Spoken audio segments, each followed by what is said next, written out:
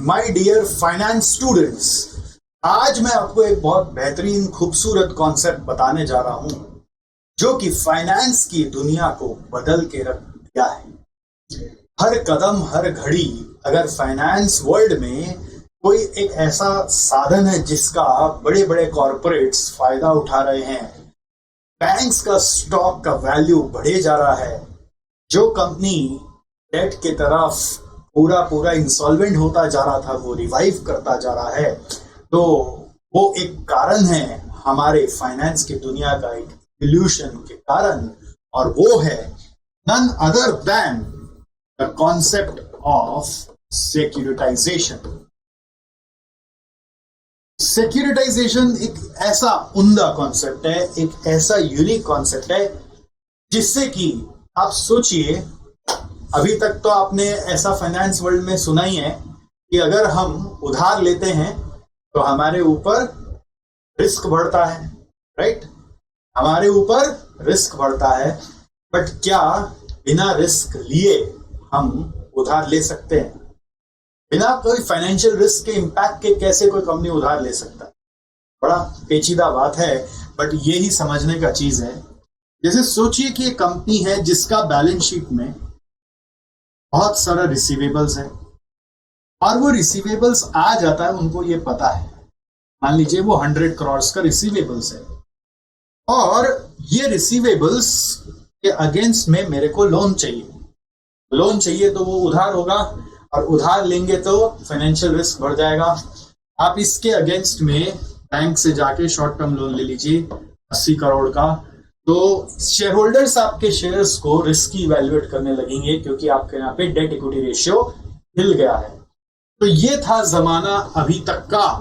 लेकिन अगर मैं बोलूं ऐसा कुछ हो सकता है जहां पर आप बोलेंगे कि हमारा क्या बोलते हैं, एक कहावत है ना कि सांप भी मर जाए और लाठी भी ना टूटे, वैसा ही फ्यूचर स्टेट ऐसा कुछ हो सके कि मेरे पास रिसीवेबल्स का जो 100 रुपया है उसके अगेंस्ट में अगर मैं लोन 80 उठाया तो आप समझ जाइए मेरे पास कैश आ चुका है 80 का कैश आ चुका है। तो मैं क्या चाहता हूं कि मेरा कैश तो 80 आ जाए और ये लोन बुक्स में ना आए, तो कहीं ऐसा तरकीब लगाऊं कि ये लोन और रिसीवेबल आपस में सेट ऑफ कर जाए और ये रिसीवेबल ही 20 दिखाया जाए। अब ये बैलेंस शीट देखो और ये वाला बैलेंस शीट देखो, कौन सा बैलेंस शीट आपको ज्यादा रिस्क फ्री दिख रहा है? Yes, of course the second balance sheet. But यहां से यहां का आने का जो तरकीब है, यहां से यहां पे आने का जो तरकीब है, उस तरकीब का नाम है सिक्योरिटाइजेशन। आपको ये कॉन्सेप्ट सुनने का इंटरेस्ट आ रहा है कि नहीं, ये थोड़ा मुझे बताइएगा। अगर इंटरेस्ट आ रहा है तभी आगे जाना, नहीं तो भैया जिंदगी है, बहुत सारे काम है, क्यों मेरे वीडियो में समय बिताना है? ठीक है, तो आ जाइए। अगर आगे बढ़ना है तो वीडियो को थोड़ा सा लाइक ठोक दीजिएगा, और अगर वाकई में एंड में अच्छा लगे तो उठा के किसी बंधु के साथ शेयर जरूर करिएगा। तो दोस्तों, सिक्योरिटाइजेशन कैसे वर्क करता है? यहां पर एक प्रोसेस है जिसमें मान लीजिए ये कंपनी है, ऐसे मैं बहुत बढ़िया आर्टिस्ट हूं, बस मुझे अवार्ड नहीं मिला कभी पेंटिंग करने का, ठीक है, बस आप लोगों से प्यार मिलता रहा तो मैं पेंटर बन चुका हूं। ये पेंटिंग जो है वो बहुत दिल से करता हूं, ओरिजिनल आर्ट कहते हैं इसको। तो ये ओरिजिनल आर्ट में मान लीजिए कंपनी है जिसके पास रिसीवेबल्स है, और वो रिसीवेबल्स का बैलेंस कितना है? 100 करोड़, या एक बार 100 ही लिखते हैं, करोड़ बोलने से ना थोड़ा हिलने लगता है कलेजा है। तो रिसीवेबल्स कितना है? 100 करोड़। इस कंपनी का एक नामकरण कर देते हैं, इसको बोलेंगे ओरिजिनेटर। क्या बोलेंगे? एक बार मुंह से बोलो, ओरिजिनेटर। क्या बोलेंगे बच्चों? ओरिजिनेटर। तो ये कंपनी जो ओरिजिनेटर है ये जाएगा अपना रिसीवेबल लेकर, ठीक है, एक ऐसे संस्था के पास जिसको बुलाते हैं स्पेशल पर्पस व्हीकल। क्या बुलाते हैं भाई साहब? ओ दीदी थोड़ा बोल के देखिए, ओ मेरे भाई, स्पेशल पर्पस व्हीकल। एसपीवी, क्या बुलाते हैं, एसपीवी के पास जाएगा। एसपीवी को बोलेगा देखो भैया मेरा तो ये रिसीवेबल्स है, इसका तो हर बार रियलाइजेशन हो जाता है, अब इसके अगेंस्ट में लोन दे दो, ये मेरा क्वालिटी रिसीवेबल्स है, प्रूव करना पड़ेगा by way of some documents and track records of your collection of credit of your customers कि इनका पैसा वापस आ जाता है। या फिर कुछ ऐसे भी रिसीवेबल्स होते हैं जिसके पीछे कभी आपने सामने वालों का कोई सिक्योरिटी रखा हुआ है, ट्रैक रिकॉर्ड दिखाने का दरकार नहीं। जैसे फॉर एग्जांपल कोई बैंक है जिसने अपने कस्टमर्स को हाउस लोन दे रखा है, तो हाउस लोन के अगेंस्ट में तो भाई साहब उनका घर का कागज रखा हुआ है, तो प्रूव करने का दरकार ही नहीं कि उसका ट्रैक रिकॉर्ड क्या है, क्योंकि बदले में तो सारा सिक्योर्ड है।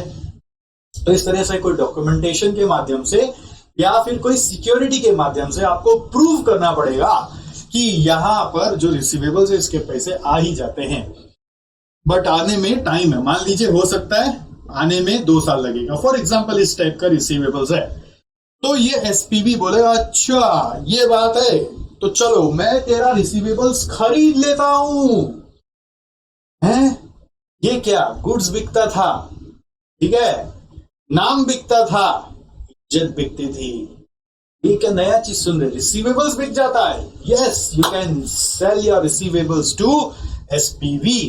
तो एसपीवी ने ये पूरा का पूरा रिसीवेबल्स मान लो खरीद लिया इनसे, कितने पर, मान लीजिए 80 पे खरीद लिया फॉर एग्जांपल, तो 80 का रिसीवेबल्स बेच दिया गया, 100 का रिसीवेबल्स 80 में बेचा, या फिर ऐसा भी हो सकता है कि 100 में 80 का ही रिसीवेबल बेचा, 20 अपने पास रखे हुए, 100 पूरा का पूरा नहीं बेचा।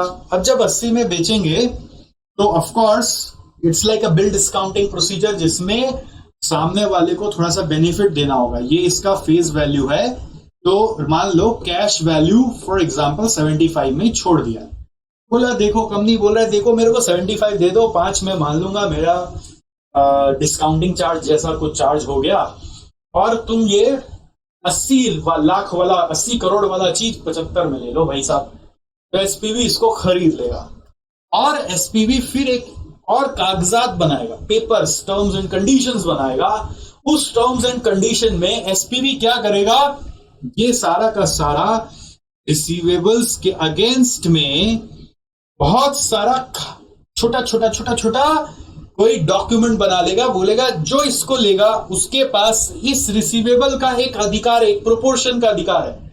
मान लीजिए ये 80 करोड़ का है और इसके नाम पर हमने 1 करोड़, ये एसपीवी क्या किया दोस्तों, 1 करोड़ सिक्योरिटीज इसके अगेंस्ट में बना लिया।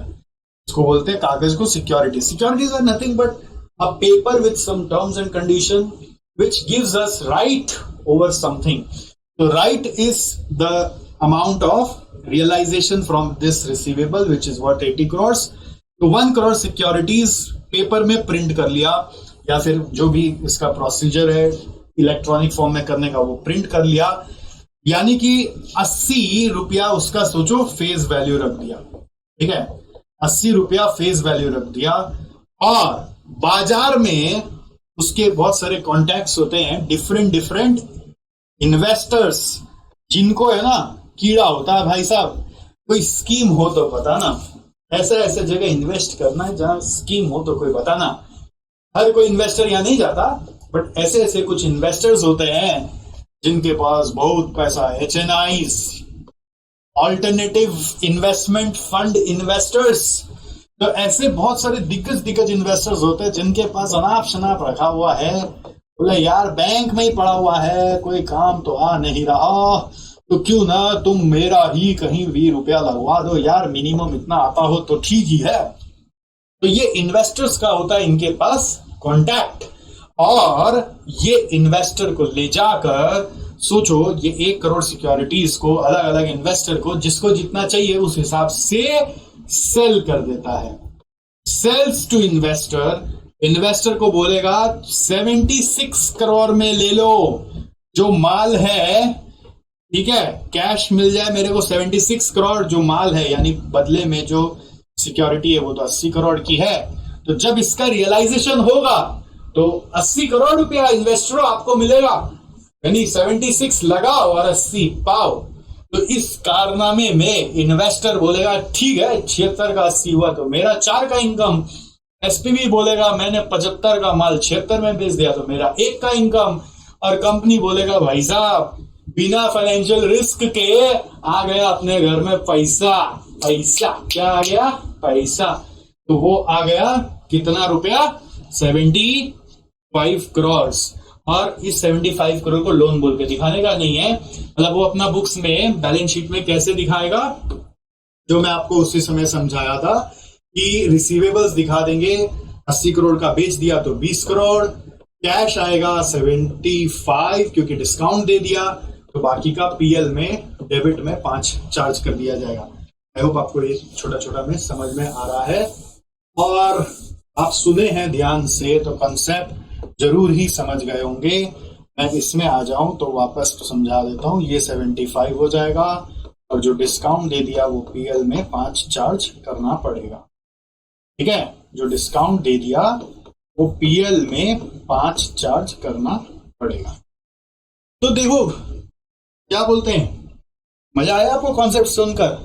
अभी इसके पीछे बहुत सारे और भी राज हैं, लेकिन वो राज ऐसे नहीं खुलेगा। पहले ये वीडियो को थोड़ा सा पहुंचाओ, देखो, कमेंट करो, लाइक करो।